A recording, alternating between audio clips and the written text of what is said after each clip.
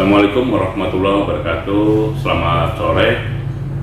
Semoga kita selalu dalam keadaan sehat dan setiap aktivitas kita selalu diridhoi oleh Allah Tuhan Yang Maha Esa.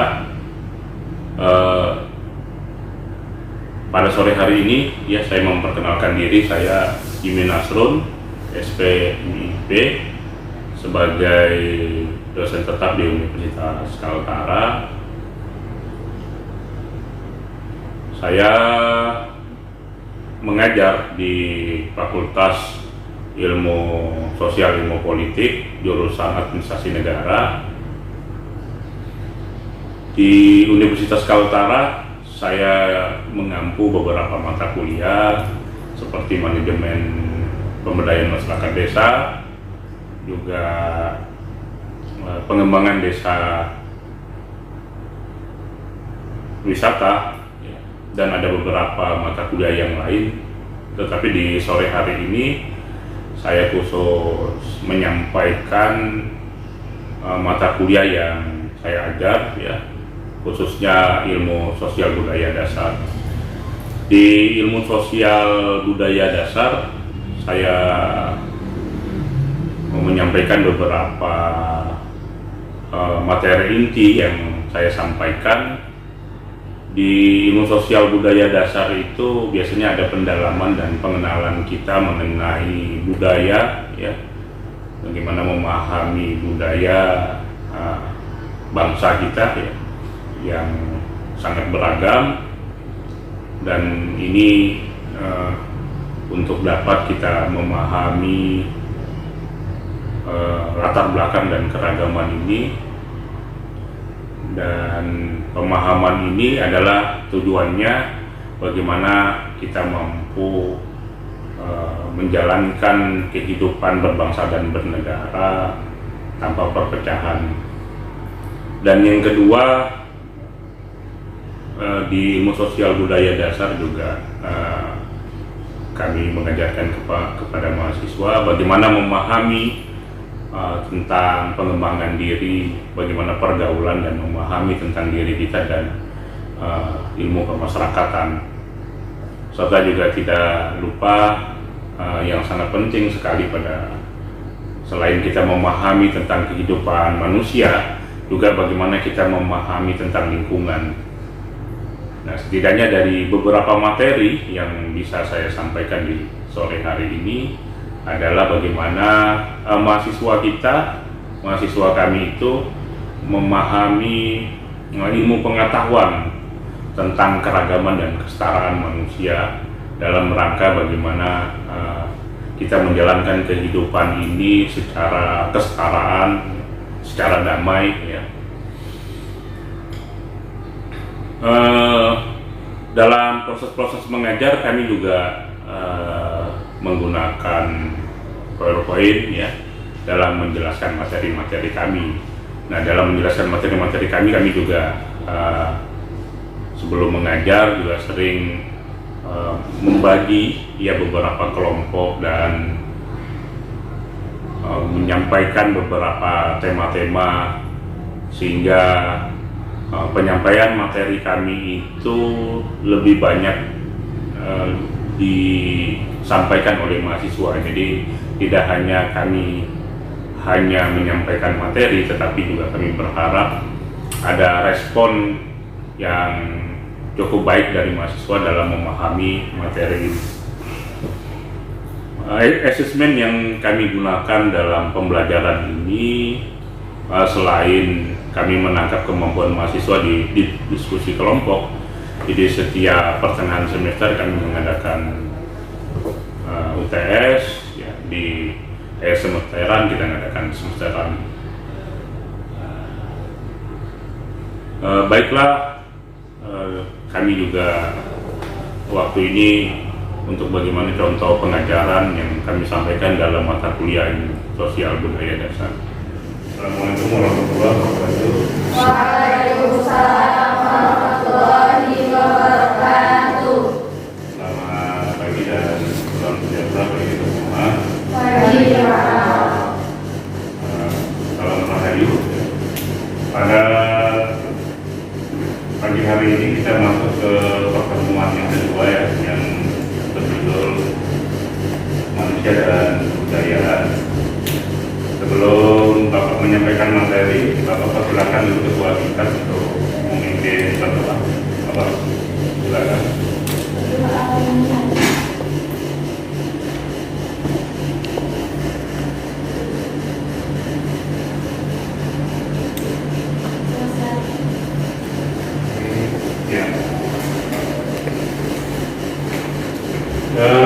Kita lanjut ya di materi yang kedua ini, manusia dan kebudayaan. Mungkin kita sama-sama yang disebut manusia. Mungkin ada yang bisa membantu Bapak, manusia itu apa?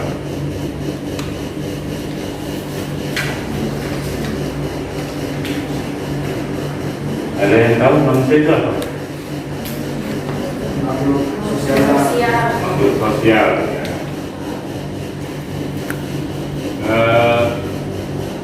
Kebudayaan, ada yang tahu kebudayaan? Mungkin ada yang bisa pakai teori Taylor Smartja, ada bisa pakai teori kebudayaan itu apa?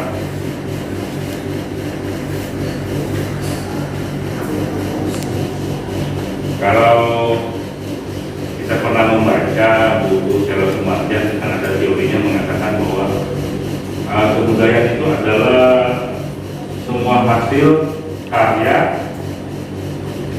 rasa, dan cipta.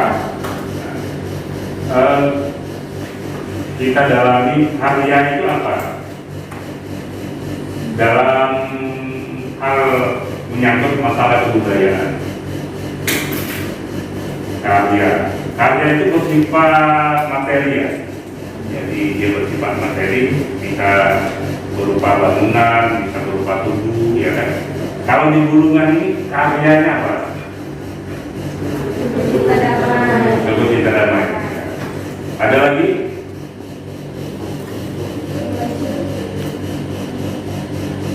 Ada.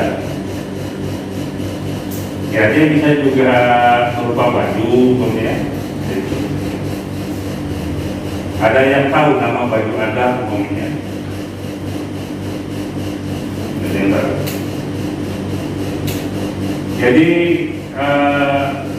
menyangkut karya ini dia sesuatu yang berupa materi ya. Jadi dia sebuah peninggalan bisa berupa tubuh, bangunan, ya. Bisa juga baju-baju budaya ya. Dan yang kedua dalam teori Taylor Smartja, rasa ya. Jadi itu karya, rasa itu apa? Rasa itu ya bisa kepercayaan ya kan? Yang sudah tertanam, norma-norma yang sudah terbangun di masyarakat kita. Itu memang dia non materi ya. Jadi rasa itu dia non materi. Jadi dia kebalikan dari karya. Ya. Ada juga cipta. Ya. Jadi kalau kita melihat ada sebuah komunitas atau peradaban sebuah bangsa itu biasanya kalau cipta itu berdasarkan ilmu pengetahuan. Ya. Kira-kira yang berlandaskan cipta di Kabupaten Bulungan ini apa? Hasil yang berlandaskan ilmu pengetahuan. Ada nggak karya nenek moyang kita?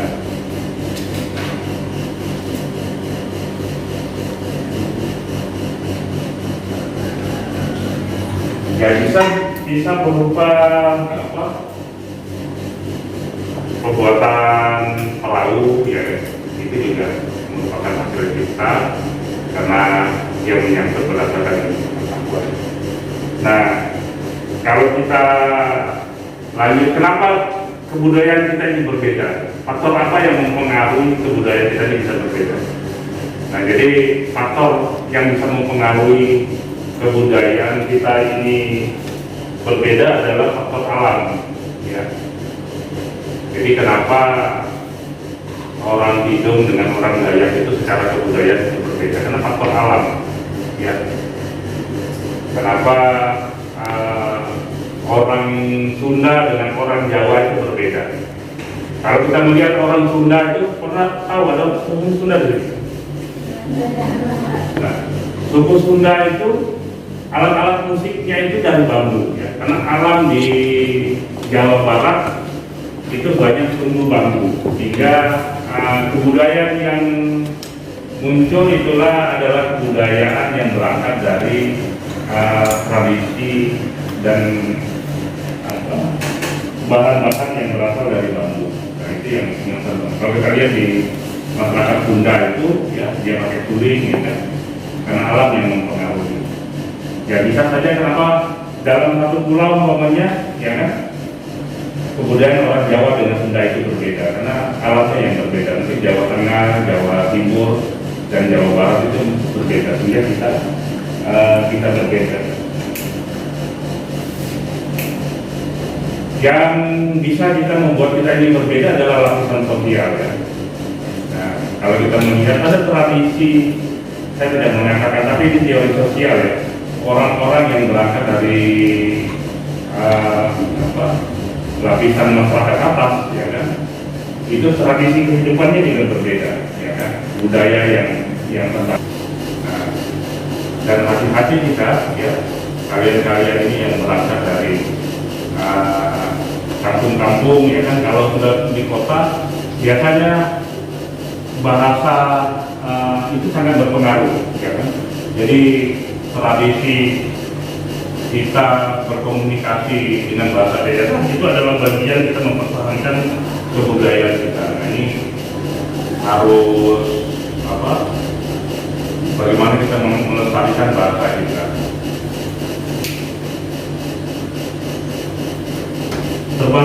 Termasuk juga kenapa beberapa komunitas dan masyarakat budaya itu banyak yang hilang kebudayaannya, ya.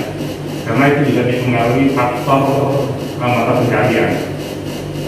Nah, jadi proses perubahan mata pencarian itu, proses budaya kita juga bisa berubah. Jadi sebenarnya orang Bidong itu yang biasa kesehariannya itu nelayan, tiba-tiba berubah menjadi pekebun, itu tradisi budayanya. Itu juga orang Dayak, ya. Tradisinya berubah pada saat banyak orang Dayak mungkin masuk jadi pegawai negeri, pokoknya tradisi budaya pertaniannya itu akan hilang, ya. Nah, itu yang membuat banyak tradisi-tradisi budaya itu hilang di komunitas tertentu. Dalam persoalan budaya yang kita jalani ini juga ada persoalan hambatan dalam kita membangun sebuah peradaban. Jadi budaya itu juga bisa menghambat, ya. Nah, salah satunya itu adalah sistem kepercayaan, ya. Jadi ada beberapa suku yang tidak begitu maju, kan ada sistem kepercayaannya yang kita dalam tanda petik kita anggap kolot. Umpamanya ada sistem kepercayaan itu mereka tidak mau meninggalkan tanah kelahirannya, tidak ada tradisi merantau. Jadi biasanya masyarakat suku kita secara kebudayaan yang punya tradisi merantau itu biasanya masyarakat yang cukup maju secara kebudayaan. Mungkin orang Bugis, ya kan, orang Padang, orang Batak, itu secara kebudayaannya dan pemikirannya cukup maju. Dan ada suku-suku yang memang punya kepercayaan itu tidak ingin mau meninggalkan tanah kelahiran, sehingga itu sangat mundur. Dan yang kedua, ada komunitas-komunitas suku terasing, ya. Mungkin pernah dengar suku terasing. Nah, itu biasanya suku-suku terasing di Kalimantan itu ada juga, ya. Beberapa komunitas suku terasing, nah biasanya mereka itu tidak mau maju, ya kan, tidak mau menerima pikiran-pikiran yang maju di luar, ya kan? Nah, sehingga itu juga menghambat dari kemajuan dari komunitas tersebut. Nah, yang paling bahaya itu adalah sikap etnosentris, ya kan, terlalu bangga terhadap suku.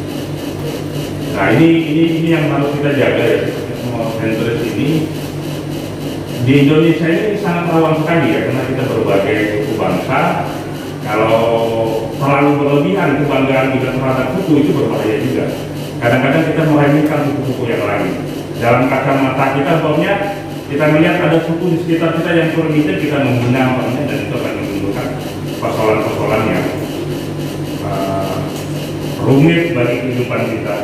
Nah, makanya sikap-sikap etnosentris ini di kalangan negara kita, di kalangan kehidupan berbangsa dan bernegara itu juga harus kita jaga dan harus kita hindari ya. Sikap etnosentris yang berlebihan ini akan merenggangkan kehidupan kita. Yang paling bahaya bagi anak-anak muda adalah kultur shock ya, gagal budaya, yang itu tadi juga sering disinggung beberapa pertemuan dan diskusi. Memang kebudayaan ini sangat menentukan peradaban dan kemajuan kita. Jadi kepentingan bangsa-bangsa besar itu bagaimana menghancurkan budaya orang lain. Makanya anak-anak muda hari ini lebih suka dengan budaya Korea atau budaya Barat. Itu adalah bagian dari skenario besar bangsa lain itu ingin menguasai bangsa kita. Nah, makanya bagian dari yang paling terpenting kita mempelajari ilmu sosial budaya dasar ini, bagaimana kita mampu melestarikan budaya kita yang sudah dikembangkan oleh nenek moyang kita. Nah, sehingga ke depan kita tidak menghilangkan identitas dari peradaban kita sendiri. Kita ketahui bahwa Indonesia ini menjadi negara bangsa yang terdiri dari beberapa suku, tentu punya kepentingan terhadap bagaimana kita menjaga kebudayaan kita yang bisa kita anggap ini hari ini ya mampu menyatukan kita. Kenapa kita mampu menghasilkan karya yang luar biasa, seni budaya yang luar biasa? Karena sistem budaya kita begitu rapi, begitu bagus ya kan, bahasa kita yang beragam ya kan, sehingga menimbulkan sikap kita yang ramah, ya itu karena kebudayaan kita yang luar biasa. Jadi kenapa kita bisa hari ini bersikap santun, itu karena hasil buah karya dari sebuah kebudayaan besar yang diwariskan oleh nenek moyang. Memang mengantisipasi pop culture ini tentunya kita juga mengambil keputusan yang arif, ya kan? Jangan sampai pada sisi yang lain kita selalu membuka besar ruang mengenai kebudayaan luar, tetapi di sisi lain juga kita tidak bisa meramu kebudayaan yang positif dari orang lain. Ya. Kebudayaan yang positif bagi negara-negara Barat itu juga banyak. Jadi bagaimana mereka secara tradisi itu dia menuntut ilmu, bagaimana secara tradisi itu mereka ingin menjadi negara yang maju, menjadi negara yang besar. Itu adalah bagian budaya yang positif yang bisa kita ambil. Nah, salah satu contoh umpamanya kalau kita melihat masyarakat kita yang cukup maju adalah masyarakat perantau dan penuntut ilmu, ya kan? Karena kalau kita lihat seperti masyarakat Batak, ya kan? Masyarakat Batak itu kalau dilihat secara posisi, dia itu pada posisi secara geografis dia adalah masyarakat pedalaman, ya. Tetapi dia punya tradisi, ya bagaimana membangun komunitasnya itu menjadi masyarakat perantau. Nah, kalau kita lihat orang Batak itu dari kecil itu sudah diajarkan untuk merantau. Bahkan yang terbangun dalam pikiran-pikiran orang Batak itu bahwa Jakarta itu adalah kampung kedua mereka. Makanya jangan heran orang Batak itu banyak di Jakarta dan beberapa wilayah yang lain. Nah, itu sebuah kultur yang sangat positif yang dibangun oleh sebuah komunitas. Nah, karena tidak mungkin kita akan membangun sebuah peradaban besar kalau kita tidak keluar dan belajar dengan orang lain. Salah satu umpamanya spirit ekonomi yang luar biasa itu dilakukan oleh masyarakat Bugis, ya kan? Orang Bugis itu kan secara tradisi aturan kasta mereka kalau naik haji itu orang yang sudah haji itu kastanya tinggi. Makanya biar kita kaya kalau tidak haji itu tidak terlalu dihargai pada lingkungan sosial kita. Nah, Tapi kalau kita melihat pada sisi-sisi kebudayaan itu merupakan tradisi yang positif. Kenapa? Orang naik haji itu butuh uang yang besar. Jadi ditanamkan di generasi muda atau di komunitas suku Bugis. Kalau kau ingin naik haji ya harus kerja keras, harus cari uang, ya kan? Nah, sehingga budaya yang terbangun dan pikiran-pikiran yang terbangun di masyarakat Bugis itu cukup berhasil ya, cukup berhasil bagaimana membangun ekonomi di komunitas mereka. Nah ini yang ke depan saya pikir suku-suku lain bisa sharing, ya kan? Nah, sama seperti masyarakat Padang namanya juga, ya kan? Masyarakat Padang itu tradisi berdagang dan tradisi merantau. Anak-anak kecil itu sudah dibiasakan hidup di surau. Surau itu kayak masjid ya, itu nama lain dari masjid, ya kan? Jadi anak-anak laki itu malu sekali kalau mereka itu tidak merantau.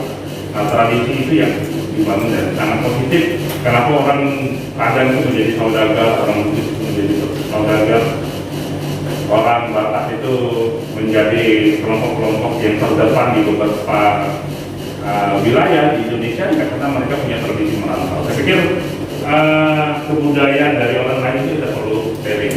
Nah, untuk membangun Kalimantan Utara, saya pikir perjuangan dan etos spirit kita untuk menuntut ilmu, ya kan? Mungkin nanti ke depan kalian setelah S1 atau S2 ke luar wilayah, ya kan? Bagaimana kita membangun wilayah kita? Mungkin bekal untuk pendidikan kita ini masih terbatas, tapi mungkin kalau kita kuliah lebih tinggi, ya kan kita punya kemampuan yang luar biasa. Nah mungkin itu ya yang bisa Bapak sampaikan. Mungkin ada pertanyaan dari kalian, ya kan, dalam materi mahasiswa dan kebudayaan. Mungkin ada yang bertanya? Bagaimana kalau manusia mengikuti kebudayaan tapi menentang agama? Di Indonesia ini memang benturan antara budaya dan agama itu sering kita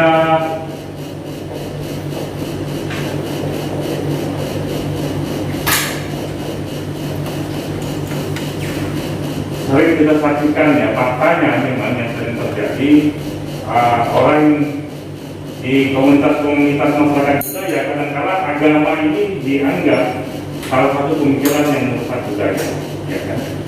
Nah, tetapi kalau kita lihat di masyarakat Jawa, apa yang dilakukan oleh Wali Songo itu bagaimana meramu budaya ini untuk memperjuangkan agamanya, khususnya Islam seperti itu. Ya. Jadi dia bisa meramunya, jadi budaya dan agama itu dia bisa ramu.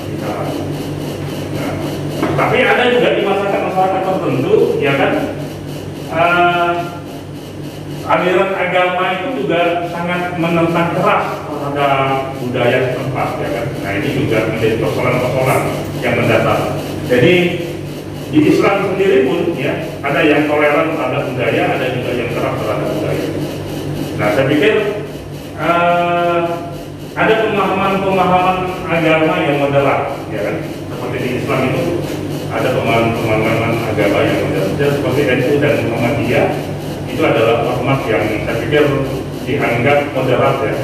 Kalaupun ada aliran-aliran kecil di dalam Islam yang cukup keras terhadap budaya, saya pikir waktu dan komunitas budaya itu yang bisa menyeleksinya. Mungkin di agama-agama lain seperti Kristen juga seperti itu ya. Jadi agama Kristen masuk di masyarakat Dayak umpamanya, itu budaya masyarakat Dayak juga tetap hidup. Sama umpamanya juga Islam masuk di masyarakat Hidung Bulungan, budaya orang Bulungan dan Hidung itu juga kita hidup. Jadi bisa kita ramu. Jadi dia tidak bisa tidak selalu bertentangan, ya kan? Nah, tinggal memang harus kita akui faktanya ada juga ya aliran-aliran keagamaan yang cukup keras dan menentang budaya-budaya yang dianggap berhubungan ya kalau dalam Islam mungkin bisa kita katakan istilah kiri, ya kan? Yang menduakan Tuhan, ya kan? Mungkin di agama-agama lain juga seperti itu. Mungkin itu ya. Ada lagi? Apakah agama merupakan sumber dari kebudayaan? Agama sumber. Sumber dari kebudayaan. Ya, ya agama memang adalah bagian ya sumber besar dari kebudayaan. Jadi banyak seperti masyarakat kita yang khususnya Muslim umpamanya, ya, seperti di Jawa dengan mereka menganut Islam, tradisi Jawa dikombinasikan dengan agama Islam itu cukup berkembang sekali. Kalau mungkin di Bulungan, tari Jepen itu, ya, itu adalah budaya Arab yang dikombinasikan dengan budaya lokal. Nah, sekarang masyarakat Melayu di seluruh Indonesia, Jepen, ya kan, itu sebenarnya kombinasi yang dulu dibawa oleh penyebar agama Islam dari Arab, itu menghasilkan sebuah budaya yang asik di tengah-tengah kita. Dan banyak ya, seperti Maulid itu sangat berbeda sekali kan. Jadi ada nasi rokul untuk masyarakat Bulungan dan Hidung, ada Malai. Di masyarakat Islam di Jawa mungkin nanti tidak punya itu. Jadi Islam itu agama itu ya punya kemampuan bagaimana memoles budaya-budaya yang ada di Indonesia. Mungkin agama-agama Nasrani juga ya, di masyarakat Dayak itu juga kreatif bagaimana membangun bisa sejalan ya. Jadi agama Nasrani dengan budaya Dayak itu bisa dikombinasikan menjadi tradisi-tradisi yang aktif di tengah kita. Coba, ada lagi?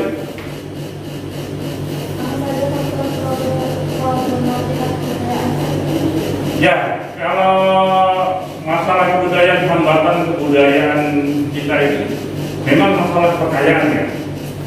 Nah, jadi banyak kepercayaan yang terbangun di masyarakat kita itu tidak mau menerima kebudayaan luar, ya kan? Nah, sehingga mereka terus mempercayai tradisi yang mereka bangun itu mereka anggap itu benar, ya kan? Nah, sehingga banyak kita lihat komunitas-komunitas suku terasing secara dunia modern mereka tidak bisa maju, ya kan? Nah, tetapi memang dalam tanda petik itu tidak bisa kita katakan benar dan salah, ya kan? Tapi kalau dalam konteks kemajuan itu dianggap menjadi masalah. Ya kan?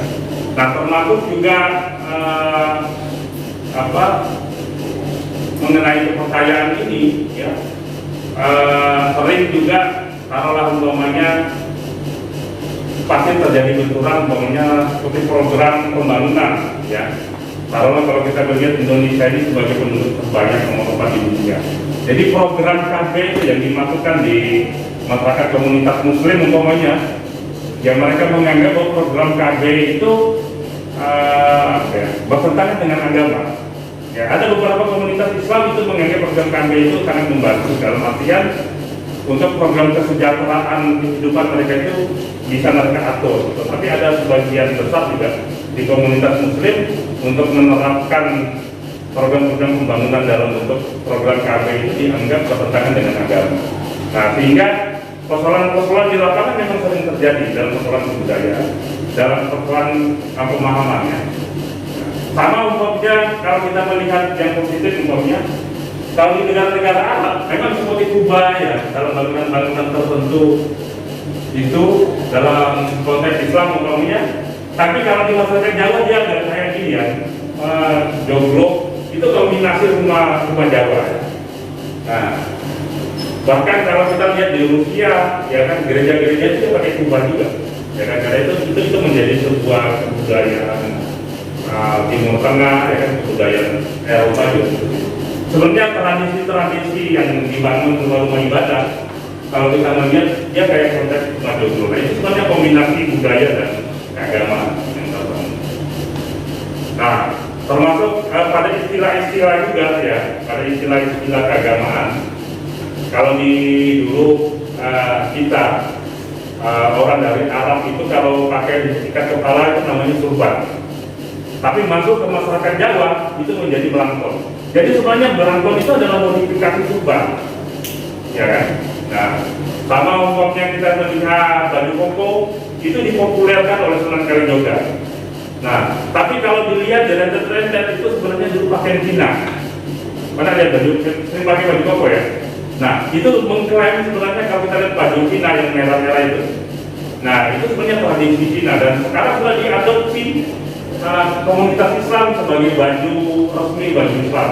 Nah, jadi budaya yang dulu mungkin orang lain punya itu bisa diklaim menjadi sebuah komunitas keagamaan. Nah, saya pikir kombinasi antara keagamaan dan kebudayaan itu bisa dikombinasikan, termasuk juga nama istilah-istilah yang dulu namanya sek, ya kan, sekarang jadinya sunan. Jadi sunan itu bukan dalam konteks agama Islam saja. Kalau kalian pernah dengar namanya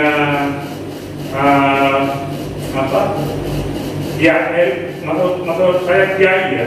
Jadi kiai itu sebenarnya bagian nama penghormatan di Pulau Jawa ya.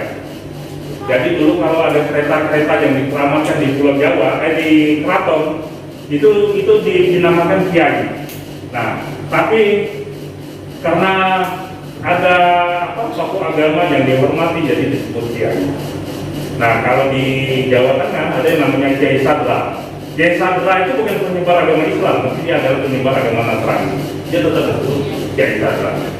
Nah, jadi melekat nama kiai itu sebenarnya bentuk penghormatan pada lingkungan tertentu, khususnya di Pulau Jawa.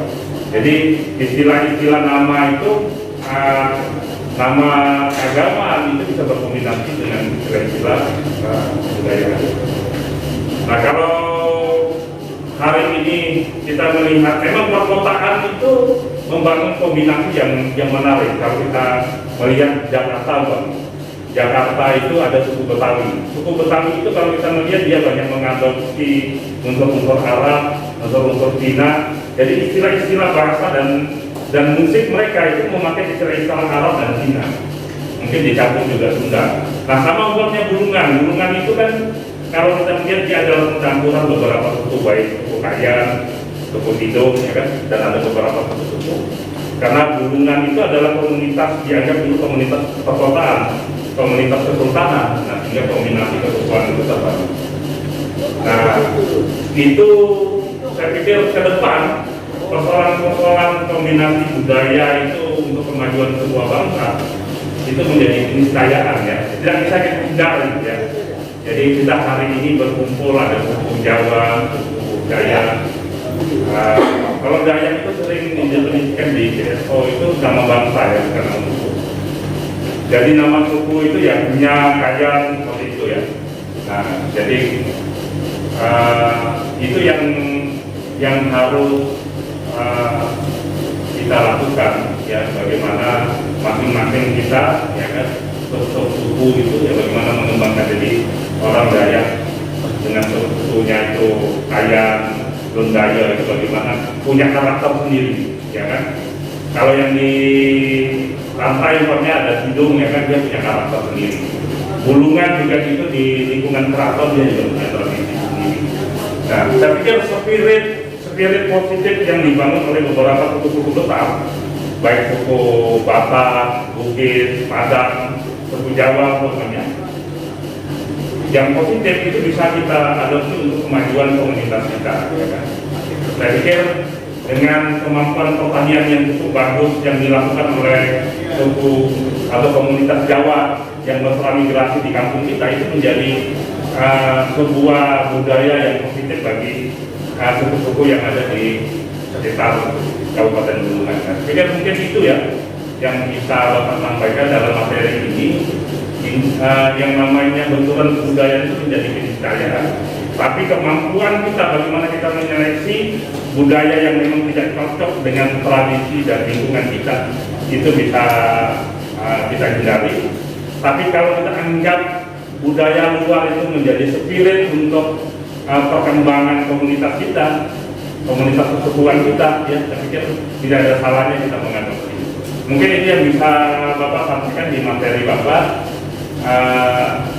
Minggu depan mungkin kita lanjutkan di materi yang berjudul manusia sebagai individu dan manusia sebagai makhluk sosial. Jadi itu yang bisa Bapak sampaikan. Saya akhiri. Assalamualaikum warahmatullahi wabarakatuh.